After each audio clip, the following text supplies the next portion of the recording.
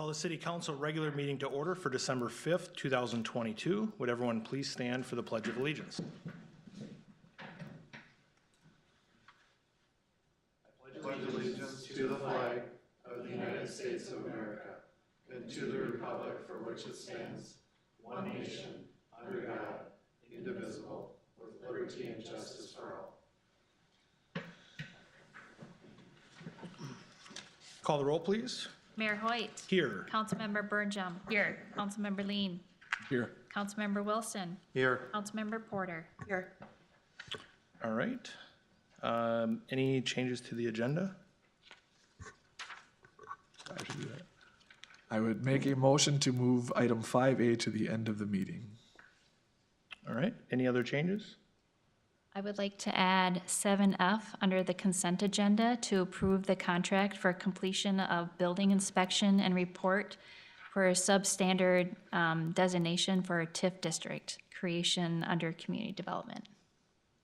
All right. Any other changes? All right. So we look for, well, so Nick, you have a motion to approve the agenda, moving item 5A to the end of the agenda, and also the addition of 7F to the consent agenda. So we can now, with those changes, you could look for a motion to approve the agenda with those changes. So we'd seek a motion noting those changes. Motion to approve. Second. Motion by Katie, second by Katie. All in favor, say aye. Aye. All right, we will move on to item 6, which is our citizen comments. Is there anyone in attendance looking to speak? Yeah. Okay. Go ahead and step up to the podium there in the microphone. All right. During citizen comments, citizens are, this is a time for anyone to address the city council on matters not on the agenda. Those speaking should state their name and address and limit their comments to 5 minutes. The council will not engage in discussion on your topic, but those issues requiring a response will be responded to by the next city council meeting. And we just ask that anyone speaking, please be respectful. Yeah. All right. My name is Keith Monar, 18742 Inglewood Way here in Farmington. And I have a question, I guess, first clarification. On my proposed tax form that I just got, it has tonight showing it to Farmington City Hall. I guess this is where you would address any questions about that, is that correct? During the city council meeting? You could make your comment at this time, but there will also be a public hearing prior to the 23 final budget and levy. Okay, and when will, what is the date of that? It's tonight. It is tonight. Yep, it would be our third action item on the agenda. Okay, all right, perfect. Well, so I guess as I got this statement actually on December 1st, last Thursday, and I saw the county one had already passed November 29th, and which I found interesting. But just as I looked, you know, the year of inflation we've had and everything, the one that really jumped out as I looked at I always look at it in 3 parts: county, city, school. And it was like 1.9 for the county, 3, I think right around 3% for the school, and 5, about 5.4, somewhere around that for the city increase in budget. And the one that really jumped out was the, I think it was the parks and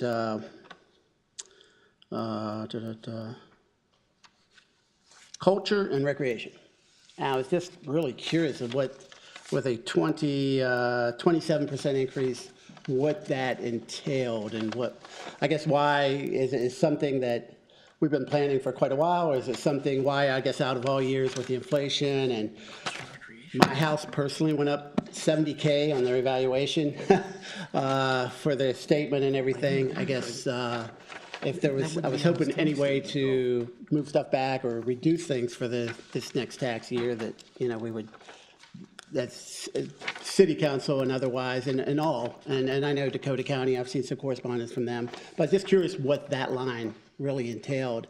And with the 27% increase on it, what brought that in. So that's my comment, just not knowing what that is. And maybe as we get to 3 here on the agenda here, maybe that will clear that up. But that's really the reason I came tonight, was related to the budget. Thank you, sir. Short and sweet? Is there anyone that could? Well, I think we should wait for the presentation. Okay. And then if your questions aren't answered, it's something that we can get back to you on too. Okay, perfect. Thank you. Thank you, sir. Is there anyone else who would like to speak during the citizen comments portion? All right. We'll move on to our consent agenda, item 7. We look for a motion to approve the consent agenda with the addition of 7F. Motion? Motion by Katie, Second. second by Nick. All in favor, say aye. Aye. Aye. Aye. All right, we'll move on to our public hearings. Item 8A is the 2023 license renewals. And Cindy.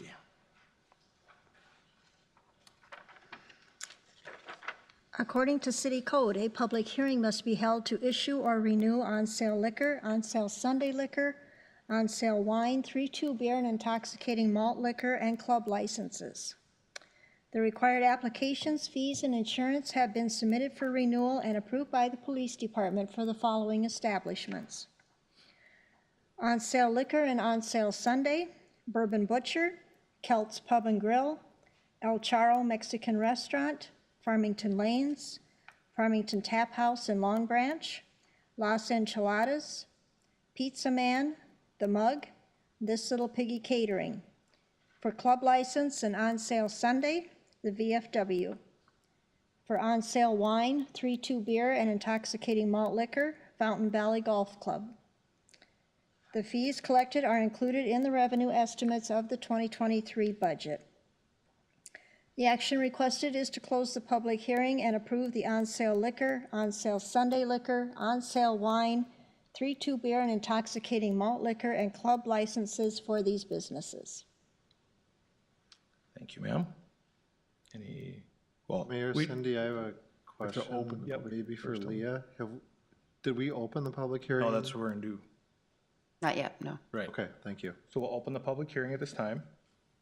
If there's any questions or statements, they can be made at this time. None.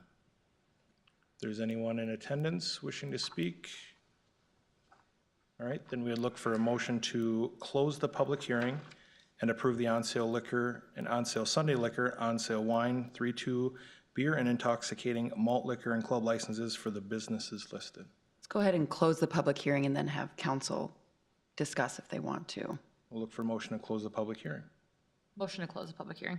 Motion by Katie, Second. second by Nick. Call the roll. Councilmember Bernhjelm? Yes. Councilmember Lean? Yes. Councilmember Wilson? Yes. Councilmember Porter? Yes. Mayor Hoyt? Yes. Any discussion regarding the licenses? No? No, I'd make a motion to approve the license as listed. Motion by Second. Katie, second by Katie. Call the roll. Councilmember Lean? Yes. Councilmember Wilson? Yes. Councilmember Porter? Yes. Mayor Hoyt? Yes. Councilmember Bernhjelm? Yes. All right. We'll move on to item 8B, which is our 2023 fee schedule, which is the ordinance and public hearing. Lynn?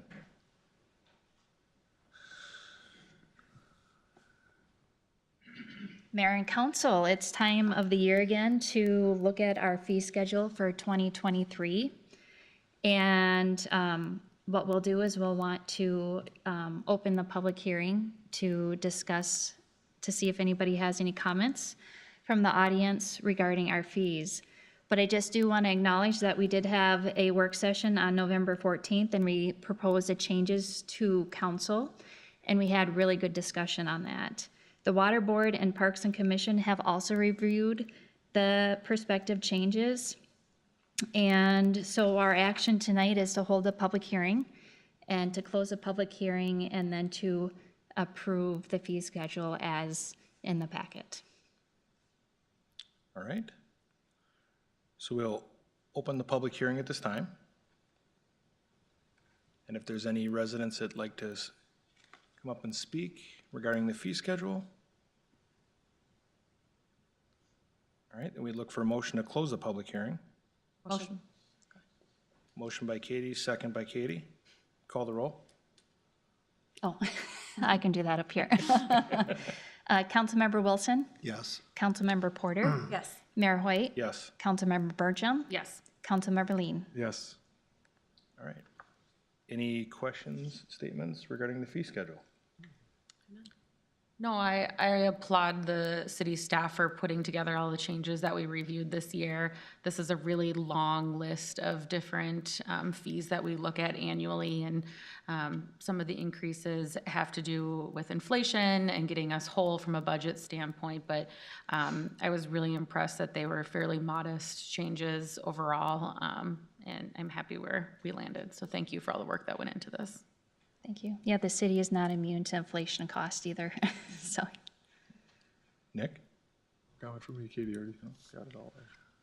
No, I was just going to echo what Katie said. You know, in some of these areas, it was more or less like tightening, you know, some of the guardrails. Some of them, it was taking a hard look at what has or has not happened in recent years. And, you know, some of the stuff's going to be more impactful than others. But overall, it's good to just start, you know, stepping into it a little bit each year now going forward. So with that, we would look for a motion to approve the 2023 fee schedule. Motion to approve. Motion by Katie, Second. second by Nick. Call the roll, please.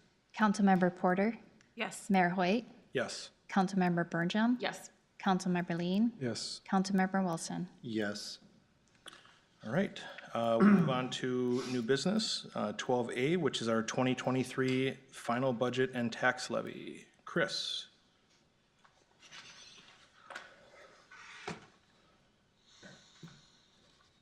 Okay, where's my mouse? There we go. Mayor, can I ask a point of clarification? So on the, at least the PDF agenda, it's listed as item 12A. Is it really 8C? Or should it be 8C? It did move to 12A under new business. Okay, There is still a public hearing Yeah. part of it, though. okay, just wanted to confirm. Thank you, Mayor, members of the council. I'm here tonight to present the proposed 2023 general fund budget and tax levy. The budget was kind of crafted on, well, it was crafted on 2023 city council goals and priorities, which are business growth, community engagement, and infrastructure support. Some 2023 budget items of note: property taxes remain the primary funding source of the budget. Local government aid was cut by $105,000. We will no longer receive local government aid now. The 2023 budget includes 3 new positions, 2 police officers and a community development position. 3 new positions were added in 2022 that weren't previously budgeted for: a building inspector and 2 park maintenance positions. Our debt service levy decreased by $196,000. We did transfer in from the solid waste fund to the general fund $150,000. We increased the fuel budgets across all funds in response to increased fuel costs out in the market. And the vehicle replacement plan realized a 33% funding increase. The budget development / process begins in May, runs through September.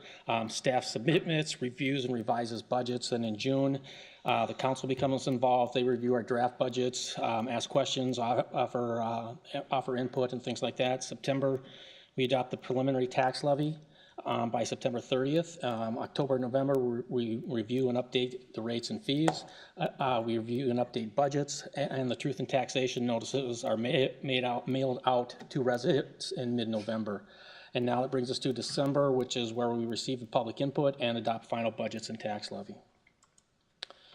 The 2023 proposed net tax levy is $12,749,000. That's a 5.96% increase over the 2022 net tax levy.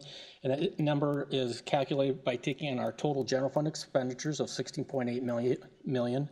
We subtract out our general fund revenues of $3.7 million and our fiscal disparities contribution of $2.4 million. That gives us our general fund levy of $10,680,000.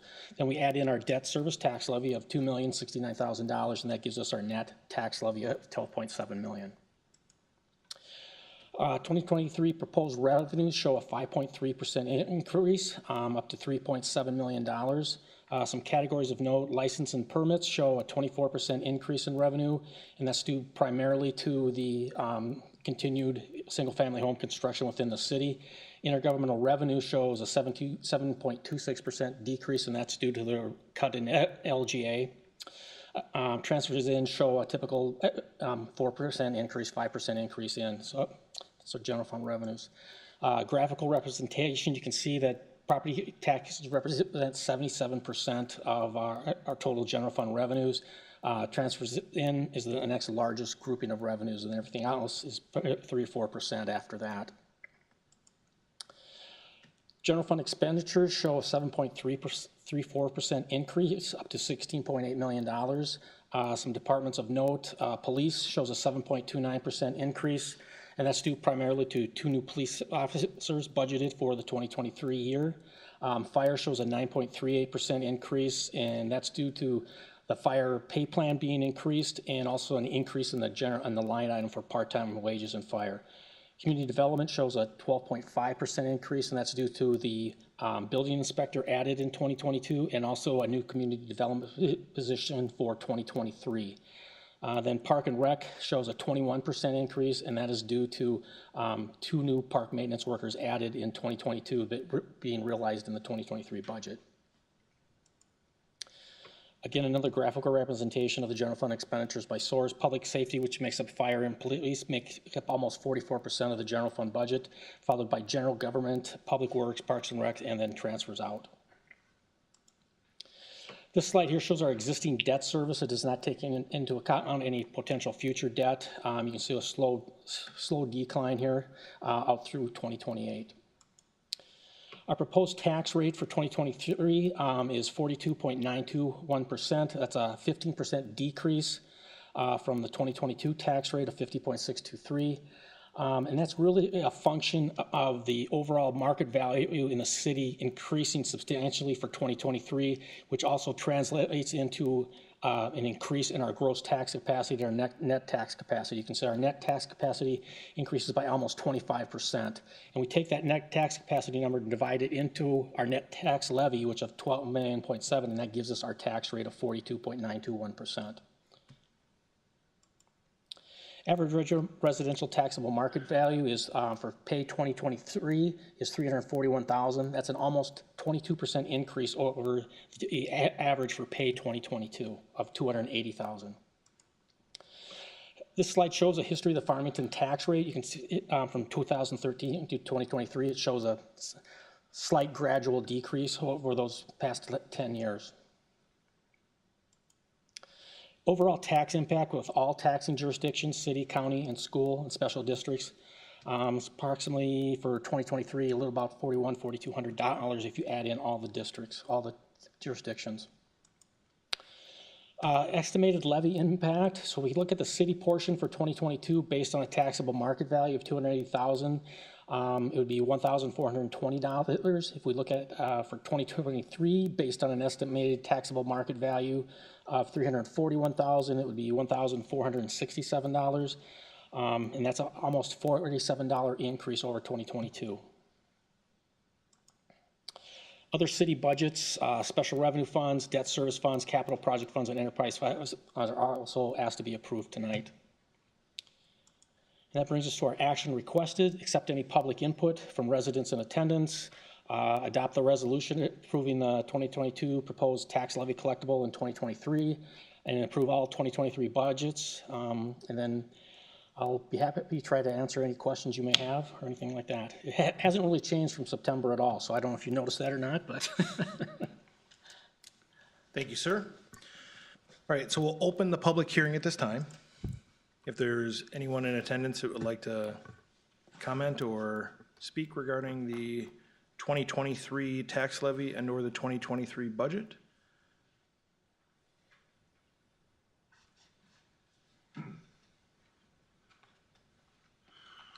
And then again, if you could just state your name and address for the record, please. Sure.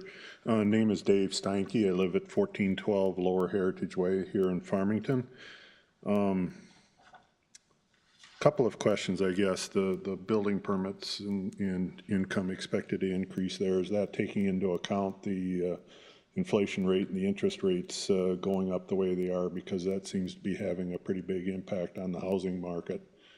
And do you really, expect a 20-some% increase in those permits as that continues? Housing market is losing steam in a big way. Actually, I'll have Chris come up and, Well, Councilmember Wilson raised the same question, and I went and talked to our building inspector and chief building official, and he was comfortable with that number and things like that. I did talk to him, and Councilmember Wilson did raise that question previously, and I did talk to him, and he said, I'm comfortable with that number. He says it doesn't include any kind of commercial building and permits in that number, so if there's any commercial that comes along, that would just be gravy on top of that. I would also add to that, we've been traditionally very conservative in this category every year budgeting, and so we've usually come in ahead of even where we've budgeted for in terms of revenue from that line item. And then the other question I had was, does the city have any input into what the estimated market values are that the county assigns to the housing there? Or, you know, where do we go to appeal that, I guess, is another question I have with that, because personally, I'd be thrilled if I could sell my house for what they're saying it's worth. I can honestly say I wish you did have some conversation at the local level. Unfortunately, it's all handled through the county's assessor office. Okay. And I believe when the preliminary statements were mailed earlier in the year, those hearings were, or the time to go in and dispute it, I believe expired somewhere in June. Because statistically speaking, Dakota County took anywhere between 19 to 20% increase on residential properties. Yeah, 28. Yeah, mine went up $100,000, almost 30%, and Yeah. I agree with you. If I could sell it for what they assessed it for, but it does stop at the county's assessor's office. They ultimately make the determination. I will say they are very receptive, though. I've reached out to contest mine before too, and they do Correct. get back to you right away to answer any questions that you have. Okay. Correct. All righty. Thank you. Thank you, sir. Mayor, if I might, and, you know, chime in, Chris, if I'm mistaken in this, but I feel like the county actually got a directive from the state that we needed to more accurately, that jurisdictions throughout the state needed to more accurately reflect the value of their taxes. And so whether it was the county city school district, but I feel like counties had a little bit of a directive from the state where they needed to do that. Am I off on that, or am I? I didn't hear anything like that. I do remember when our representative, Commissioner Slavic was here, he mentioned that it went way up, but then he says it's going to drop down to maybe only 6% for pay 2024, but I don't remember anything from the state coming down saying that they had to get better. There was more of an encouragement of some type. I could be mistaken, but I feel like I heard that. He did comment that there was a significant devaluation across multiple commercial properties, and thus there was an increase in residential properties, Right. was one of the Okay. bigger I know that balances. was out there too. But I guess just one more comment on the accuracy thing, since you brought that up. Looking at comps online with a number of realty sites and Zillow and whatnot, there's easily $100,000 gap between what the county is evaluating at and what comparable properties are selling for. And it doesn't strike me as being terribly accurate.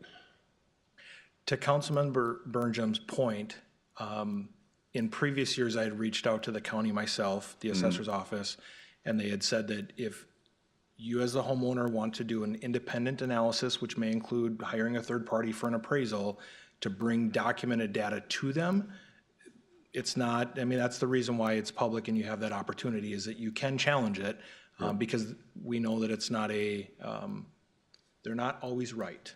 And they do make adjustments as they feel fit based on those conversations. So it might be a moot point this year, but something definitely worth pursuing if you feel that the valuation of yours is considerably out of line. Yeah. Okay, thank you. I wish I had a better answer for you, but that's. Is there anyone else wishing to speak regarding the proposed levy and/or 23 taxes? And I believe the gentleman earlier that spoke, your question was regarding the culture and recreation line, and I believe. Was that the part-time Full-time. Do full-time, does that fall into that, Kelly? That weren't in the 2022 budget, so they're being affected then in 2023. Correct. And I believe you were looking at and referencing the county's breakdown of, or supplemental data, and where it shows as a 27% increase. On the city budget, that will be broken out into two different lines, which is why the number-wise looks much different from the county's supplemental data versus what even Chris proposed in the breakdown by departments here. So hopefully that helps. Okay. It is a little confusing coming from the county, because I read the same thing, and I didn't know what that fell under, but then pieced together. Right. Nope, I agreed. It's not, they don't line up the same as our documents do, respective to categories. All right, so we would make a motion to close the public hearing. Motion to close public hearing. Motion by Katie, Second. second by Nick. Call the roll, please. Mayor Hoyt, Yes. Councilmember Bernhjelm, Yes. Councilmember Lean, Yes. Councilmember Wilson, Yes. Councilmember Porter. Yes. All right. Katie, any questions, comments to Chris? Or No, staff? I mean, it was mentioned earlier that we are also not immune to inflation that's going on as a city right now, but having seen the spreadsheet across all of Dakota County and the increases that other cities are making, we were one of the lowest in the county. And I think it speaks volume that even the county, who has not increased theirs in several years, has a percentage increase even going into next year. So we started really high. We evaluated everything that was put in front of us, and I think we got to a number that we felt was a modest and comfortable increase without sacrificing services that we're providing residents. So it's a long and difficult budgeting process, but I appreciate the collaborative nature that goes into it between city staff and the council to get us to where we are tonight. Thank you. Nick? I'd say thank you to all the city staff. You guys did, obviously, the majority of the legwork on this. By the time it gets to us, it's mostly baked, right? So appreciate all your hard work and getting these numbers in front. And like Katie said, it always looks bad seeing 6%, but when you look at it next to everybody else and the years we're in, right, it's not too hard to stomach, right? Katie? I would echo what my peers said. Just thank you for all the hard work, staff, everybody that put work into it. I do think it's worth noting for sure the LGA funding going away, and that we as council will be advocating to our local representatives at the state level just to see what we can do about the LGA funding, because we are unique as a community in that funding going away completely. So that certainly was noteworthy. And then I also appreciate at the very end where you did break down just kind of the dollar value of the annual to monthly. That helped me stomach it a little better as a single income family of 7. Certainly not easy, but Dave, I hope you stay on Lower Heritage Way, because apparently we're neighbors, so maybe I shouldn't have said that, but. Dave has the nicest brick house over there. But it's a great neighborhood, so I will speak to that, and we're very blessed to be there, so. But yeah, thank you for everybody's work on this, and as Bernhjelm said, Councilmember Bernhjelm, excuse me, said sacrificing our core services is just not something that we want to look at. So I do hope when people are looking at the budget breakdown that they understand that we're doing our very best to balance those two things. So thanks, Chris. Steve? So, yeah, a couple items. I really do appreciate the work, Lynn, that you put in, the work that you put in, Chris, and really everybody over at this table. I mean, it's probably not a lot different to a certain extent than putting the family budget together. I mean, it's a 6-month process of give and take. And, the thing that I do appreciate, and I appreciate the fact that we have a couple residents here tonight. It'd be nice to have a whole room full. The thing I do appreciate, and I think staff did a really good job this year, is really bringing everything to the table. Because as a decision maker, it's really difficult to kind of, okay, do you guys need more? Do you need more? How about if we cut here? And the fact that, Lynn, you encouraged staff to be really transparent and bring everything out to us, I think was really beneficial. And so I really appreciate that part of it. I too, I'm selling my parents' house sometime next year, and they moved into senior housing, which is neither here nor there. But literally, they moved about 2 months too late, because I think what I was going to try to sell it for is now going to be $50,000 less than I am probably going to be able to get for it. and that's going to be money going to their long-term care, so I can relate to that. And I did want to acknowledge too, kind of the obvious. I mean, the cost of pretty much everything is going up. So I mean, intuitively, you know, us as a council, we want to be mindful of that. I mean, whether it's gas or just a gallon of milk or, you know, pretty much anything else you buy. And so then it comes down to kind of some of the tough decisions that we have to make, which is, you know, we have parks that, you know, don't have the proper maintenance, or, you know, all the different activities that go into the park department. And, you know, for a number of years, you know, we wanted to at least get the parks, which I think are very highly valued by residents, up to a standard that we feel good about. And so, you know, we did last year and into this year wanted to support, you know, making sure that our parks had a nice standard that met the appreciation of residents and what they expect. So, you know, taking that one line item as an example, you know, I feel okay with adding that kind of expense, knowing that the return is going to be a more attractive community for our residents to live in, which is kind of what they expect from us. So, you know, again, would it be great to have a 0%? Yes, but I think we also need to make sure that we're balancing the needs of not taking a step backwards as a community, and that we're always funding what I think our residents are expecting to do, but in a cost-effective manner. So I did want to add that piece of it, and I, again, appreciate all the work that staff put in. Yeah, thank you to everyone. You know, I think we started things a little different the last few years. Our budget process changed a little bit. We started earlier. We started looking at a more overall comprehensive, I'll call it analysis of how we get to the numbers, and not just looking at the dollars and cents, but the processes and the direction that leads to the expenditure of those dollars. And we've spent a lot of time the last few months looking at that long-range planning. And, you know, to Katie's point, I think we're number 3 of big cities, if you exclude the townships. So it's nice to see the tax rate continue to go down, and at the same time, not, you know, be known as the highest amongst the county. You know, that, and not compromising core services at the same time. So it's a delicate balance. We still have a lot of work to do. Ideally, we get our growth to a point where we can have a 10% levy and your payable actually goes down, right? That's the goal. And that's process-driven and strategic plan-driven. So we are definitely well on our way in that direction, and I feel good about where we sit for this year. So again, thank you for everyone's effort and for putting together a very effective number that I believe will provide good service to our residents on.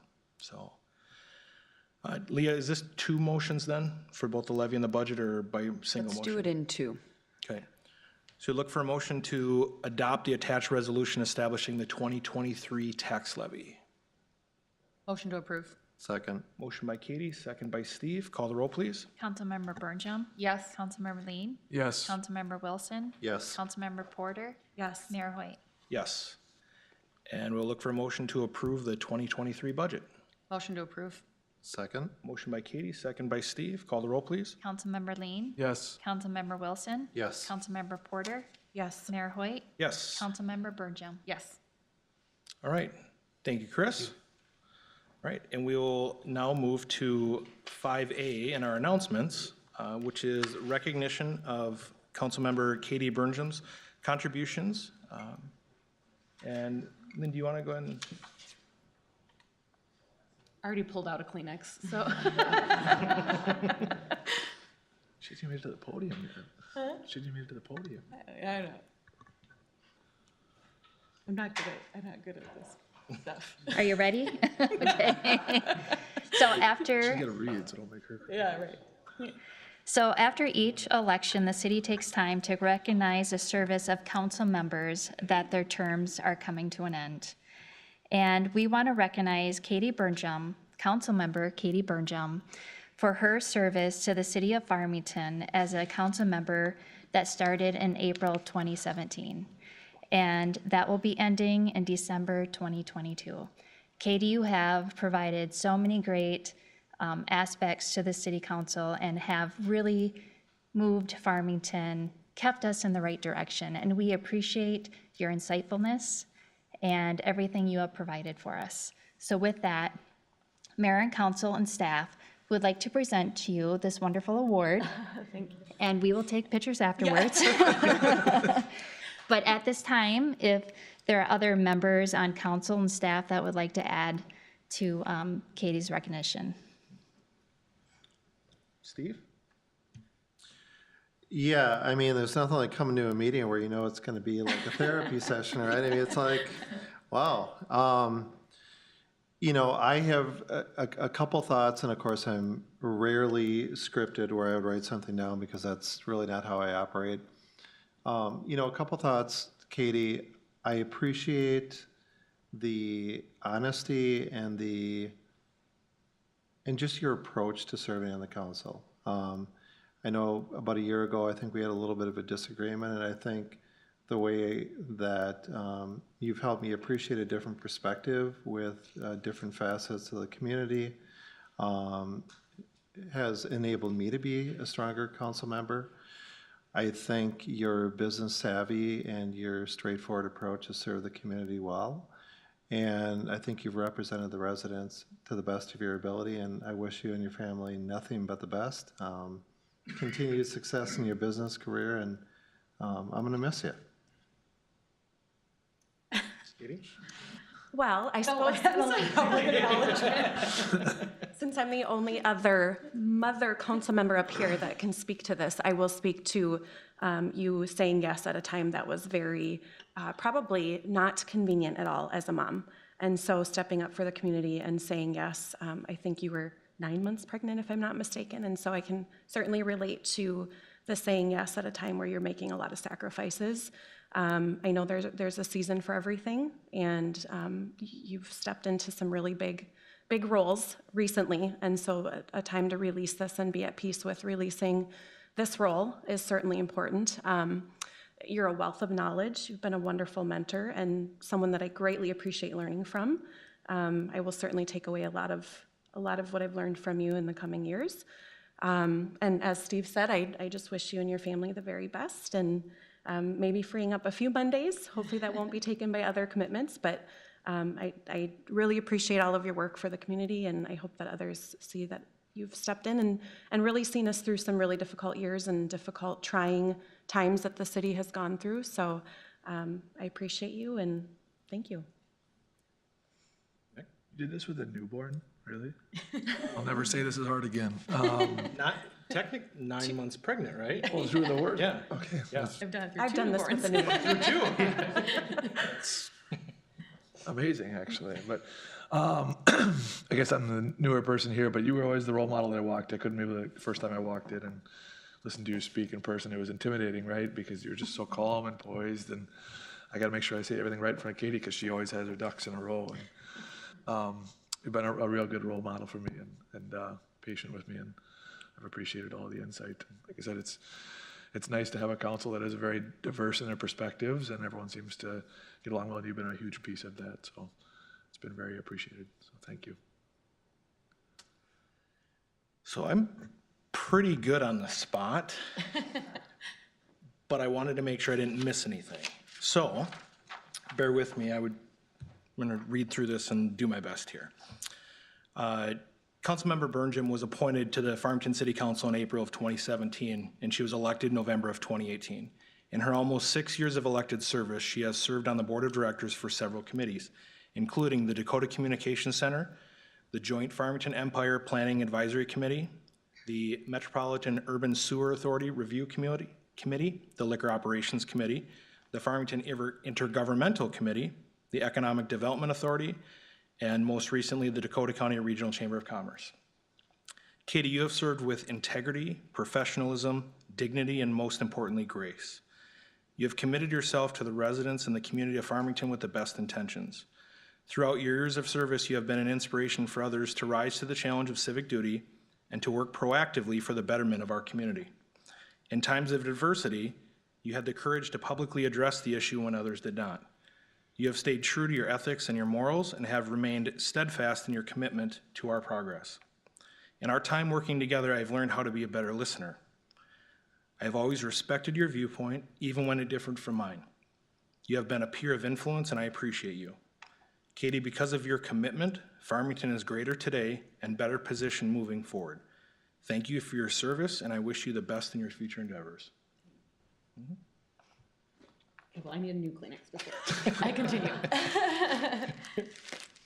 I feel like you read what I wrote because you stole some of what I was going to say. Thank you. It's almost like I knew. Yeah, let me just collect myself for a second. I wrote something too because historically I'm much better when I'm reading off of a script up here. But deciding not to seek re-election was a really difficult decision to come to because I've really enjoyed this role. This can be hard to get through. But it's time to spend some more time with my family and pursue some other opportunities. As Josh said, I was appointed to the Farmington City Council in April of 2017 to fill a vacancy. I had only lived in Farmington since July of the previous year, and I was 38 weeks pregnant with my first child. Sorry. You're good. Take your time. I was only the 7th woman elected to serve as a city council member in Farmington's history. I was asked then, and many times since, why I decided to join the city council. I can summarize with 3 reasons.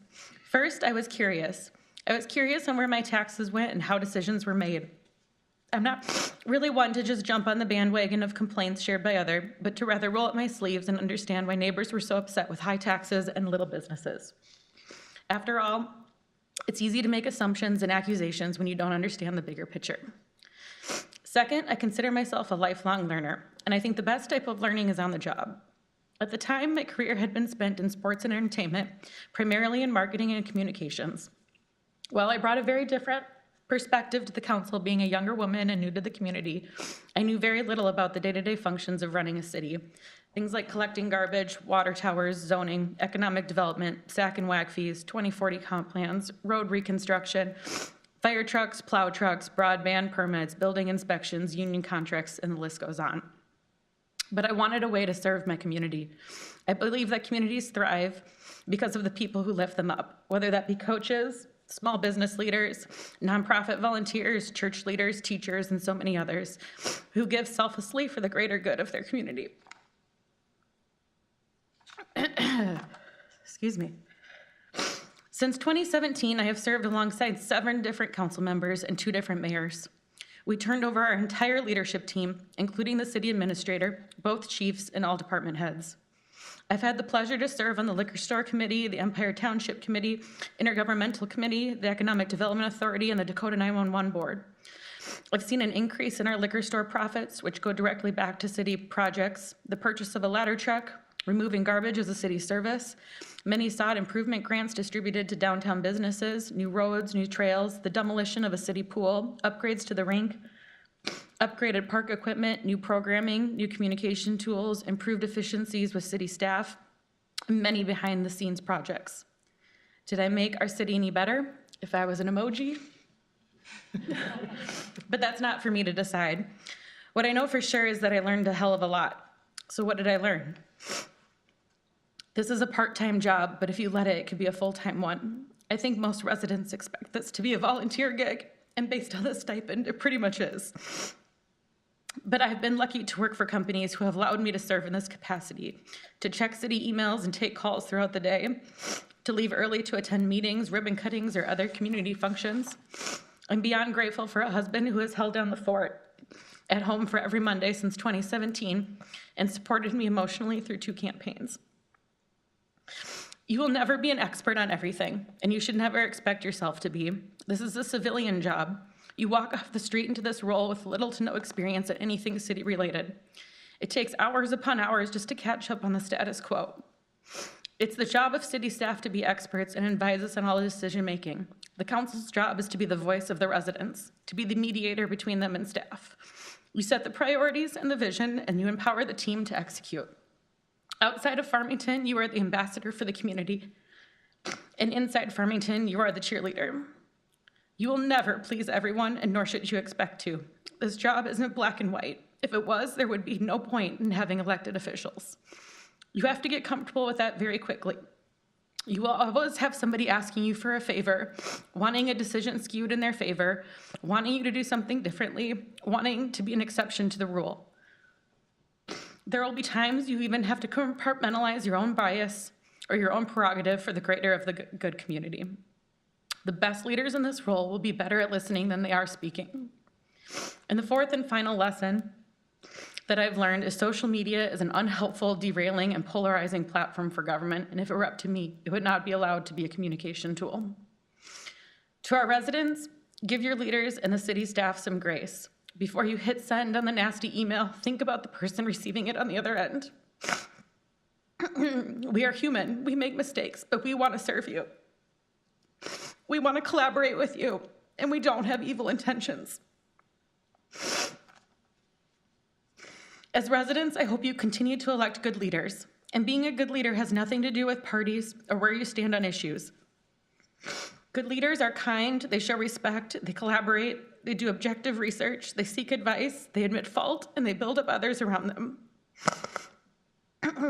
We need less polarizing politics. We need more common ground and celebrating our differences. To the mayor and fellow council members, you are part of a small club of individuals who will serve in this capacity. No one will truly understand this role unless they came before you. It's been a pleasure getting to know each of you. Sorry, you guys. Once I start, then I can't stop. And because you'll never hear it enough, thank you. To the staff, you're the unsung heroes of this town. You're the engine that keeps us running. Whether or not you live in town, you have taken ownership and pride in everything you do for its residents. You bear all the complaints with little to no thanks. And because of this, you absolutely don't hear it enough. So thank you. And to all of those who will come after me, you will say, or at least you will believe, that you can do it better, and I hope that you do. Every time we interviewed candidates for open council positions or for boards and commissions, I always asked, if you had to describe Farmington in one word, what would it be? And for me, it's home. Okay, I'm done.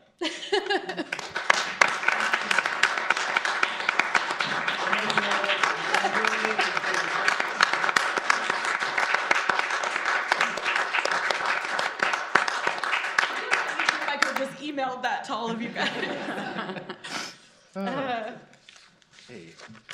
But thank you for this opportunity that I've had. No, thank you, sir. You know, it's, and not to string my piece of it on, but my God, how far have we come in 4 years? Yeah. You know, you said it well. If only those on the outside looking in could see what it takes, would they really appreciate and respect the dedication to be of civil service, right? Whether it's council member, mayor, it doesn't matter. Like, it takes so much, and just, you know, I remember the conversation that we had at Kelts. I almost wrote that in here. Like, I almost added it, but it was like, you know, you go back to that and you just say, that's exactly why we made the decisions that we did. Because had we not, what would the outcome have been? And I'm so glad that, you know, you decided to run again and stay a part of it, because it just, we're so much better off because of it. So I can't thank you enough. Thank you. Yep. Does anyone want to add anything to Roundtable? Well, I would like to add a little bit more too. It's okay to be emotional. That's how much you care about Farmington. And be proud of it and own it. You have done so much for the city, and being a new city administrator, you have really helped me too. So again, thank you from the bottom of our heart. It's not easy being a public servant, but you did it well. So thank you. Julie? Katie, my time has been very short with you, 6 months plus all the meetings I watched prior to taking on this role, but I found you to be incredibly thoughtful. And I think one of the things that I just admire most is how you disagree so respectfully. And that's not learned, so that's just a great attribute. So thank you. John? well, I've been here even a shorter amount of time, but I could already tell that you're a good elected leader and very supportive of the city staff and the vision that council has set and that's trying to be realized. And sorry we didn't have more time to work together, but I appreciate your support during my short time here already. I don't think this will be the last time you see me. Chris? Yes, I just appreciated through the budget process and anything financial, you really cut to the chase and you understood it really well, and you were able to see both sides of it and things like that. You were very good at that part of it, your job. You did really well with that. Thank you. I appreciate that.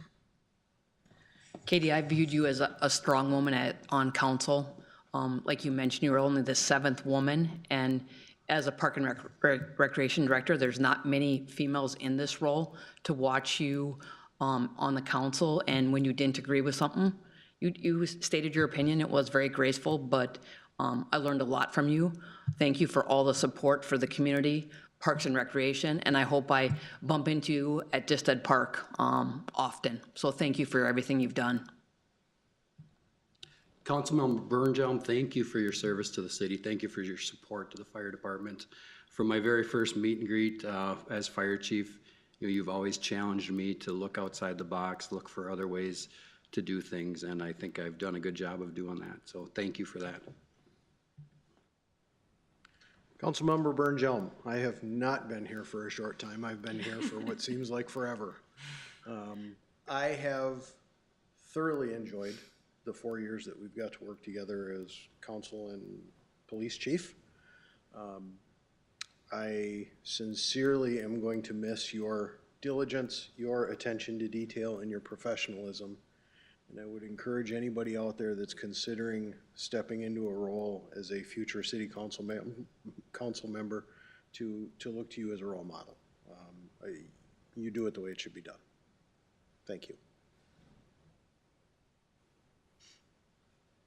All right. Leah. Yeah. I forget you're up here. I apologize. I'm down here. Councilmember Lean was like hiding me for a bit. But no, Katie, in this short amount of time, again, your professionalism and clarity up on the dais is, conduct that any city attorney would love. So it's been great working with you. All right. Nick, anything to add for Roundtable? We're supposed to pile on top of that. No. Well, I know it's. I will say just real quick. Thank you to all the volunteers out at the. I know it's technically Castle Rock, but I'm sure there's Farmington people that are volunteering at the Dakota Christmas. I don't know if you get a chance to go out there. It's cool. I don't know. It's just this quaint little thing. It was perfect weather yesterday. I saw you out there. And no, I'm not a Scrooge. I love Christmas. But just thank you to everyone. Getting out and being involved with your community at that. It's a great little event. Katie, anything to add? No. I don't know. Katie? Yeah, thank you to our residents who are in attendance. We always appreciate you coming and bringing your concerns to us, most certainly. And Nick kind of talked a little bit, but this is the last weekend for Dakota City Heritage Village. So the 10th and 11th, I think it's from 3 to 8 p.m. It's one of the greatest assets we have in Farmington. My family enjoys going at least twice a year during the fair during the summertime. And then it's really become tradition to go. We learn something new every time we do go, so I hope that Farmington residents all take advantage of that opportunity. And if by chance we do not have a meeting, Merry Christmas to everybody, and have a safe and happy holiday. Nothing to add. Good. Lynn? Nothing? Anybody anything to add? All right. We may or may not have our next meeting here in December, so just as we finish up the year, holiday season, travel safe. It seems like we just said that with the Thanksgiving holiday, but there's a lot of events going on. The Dakota City Heritage Village had a great time out there as St. Nicholas on Saturday. I do one of the 4 days, and the 125 kids was my fill, and I didn't get sick out of it, so that's good. Vitamin C will do that to you. But no, there's between that, Toys for Town, I know there's some events going on at Trinity. Watch the currents, check the city's website. This is the time of the year where it seems like every day you turn around and there's another new event. So don't miss it because in a few weeks it'll be gone. Be safe, spend time with your family.